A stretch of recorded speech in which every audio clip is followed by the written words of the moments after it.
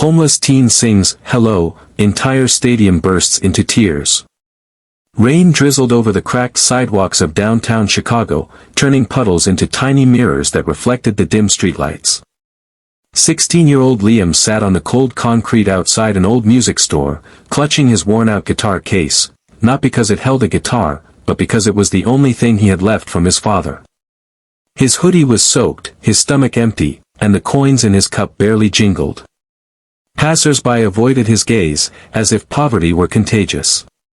But Liam wasn't out here just to survive, he was out here because music was the last piece of himself he refused to let the streets take away. For weeks, he had been singing under that awning, his voice raw and haunting, though few stopped to listen. That evening, a middle-aged woman in a raincoat paused. She was holding a coffee, her eyes sharp yet gentle. "You've got something special," she said softly after he finished a verse of Adele's Hello. "How would you like to sing for a real audience?" Liam laughed bitterly. "Lady, unless your real audience means the rats in the alley, I think you've got the wrong guy." But she wasn't joking. Her name was Rachel Meyer, a local vocal coach who volunteered with a youth outreach program. She explained that her group had an upcoming benefit concert at the city's biggest indoor stadium, raising money for homeless youth. "I can get you on that stage," she promised. Liam almost said no. The idea of stepping into a stadium full of strangers terrified him. But something in Rachel's voice, firm yet warm, made him agree. 2 days later, Rachel brought him to the stadium during rehearsals. Liam stared up at the massive rows of seats, feeling smaller than he ever had in the alleyways. The stage lights felt like they could burn straight through him. "You sing like you mean every word," Rachel told him. "That's what people will remember. Just tell your truth." On the night of the concert, Liam stood backstage, wearing clean clothes Rachel had bought him from a thrift store. His hands trembled around the microphone. The announcer's voice boomed, "Please welcome Liam Carter." The crowd clapped politely, most had never heard of him. As he walked to the center, the lights dimmed, and the soft piano intro to Adele's Hello began. Liam took a deep breath, remembering how his mom used to hum this song while cooking, before she passed away and life unraveled.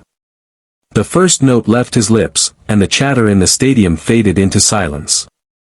His voice wasn't polished, but it carried something deeper, pain, longing, and a strange kind of hope. Each lyric seemed to tear open his soul, spilling years of loneliness into the air.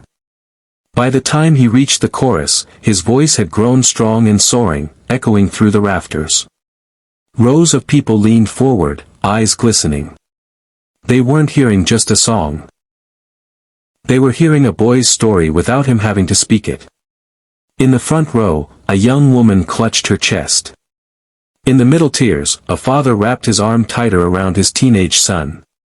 When the final note faded, the stadium erupted, not in polite applause, but in thunderous cheers, whistles, and tears. Liam stood frozen, overwhelmed. He had sung hundreds of times on cold sidewalks, but never had his voice been met with such love. Then something happened he didn't expect. The concert's host walked back on stage and handed Liam an envelope. "A few people here tonight were deeply moved," she said. "They want to make sure you never have to sing on the streets again." Inside was a check, more than enough to cover months of food, clothes, and a safe place to stay. But that wasn't all. Rachel stepped forward, eyes shining. "And," she added, "you have been awarded a full scholarship to our music academy. You belong on a stage, Liam." Liam's voice cracked. I don't know what to say." "Say thank you," someone in the crowd shouted, laughing through tears. But Liam shook his head slightly. "No. I want to say something else." He gripped the microphone tighter. "All my life, I thought no one saw me. I thought my voice didn't matter. Tonight, you've shown me that it does. So, I promise, I'll spend my life making sure other kids like me are seen and heard." The crowd rose to their feet again, applause rolling through the stadium like a wave.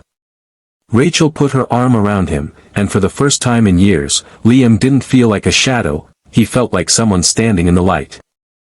In the weeks that followed, Liam moved into a small apartment provided by the program, started school again, and trained at the music academy. Videos of his stadium performance went viral, reaching millions. Messages poured in from people across the world, some offering help, others simply saying his voice had given them courage. One snowy afternoon months later, Liam returned to the same music store awning where Rachel had first found him. This time, he wasn't there to ask for change. He stood with his guitar, now repaired, and began singing again. A little girl stopped, eyes wide, clutching a crumpled dollar. Liam smiled, knelt down, and said, "Keep it. Just promise me you'll never stop singing your truth." Because Liam had learned something powerful, sometimes the smallest acts of kindness can lift a voice high enough for the whole world to hear.